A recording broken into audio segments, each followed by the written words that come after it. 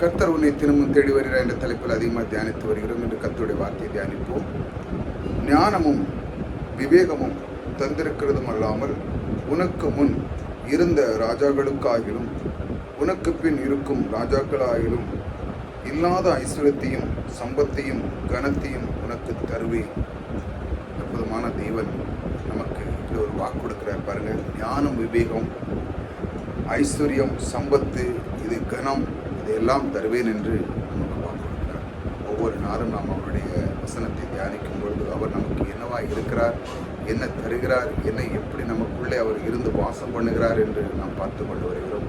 கர்த்தர் உன்னை தினமும் தேடி வருகிறார் என்ற தலைப்பிலே அவர் கொள்கிற ஞானம், எத்தனையோ ராஜாக்கள் எவ்வளவுதான் இருந்தாலும், உங்களுக்குள்ளே இருந்த ஆட்கள் எவ்வளோ இருந்தாலும் அதை விடையும் மேலான உனக்கு நான் ஐஸ்வர்யத்தையும் சம்பத்தையும் கனத்தையும் கொடுப்பேன் என்று அவர் உங்களுக்கு வாக்கு கொடுக்கிறார்.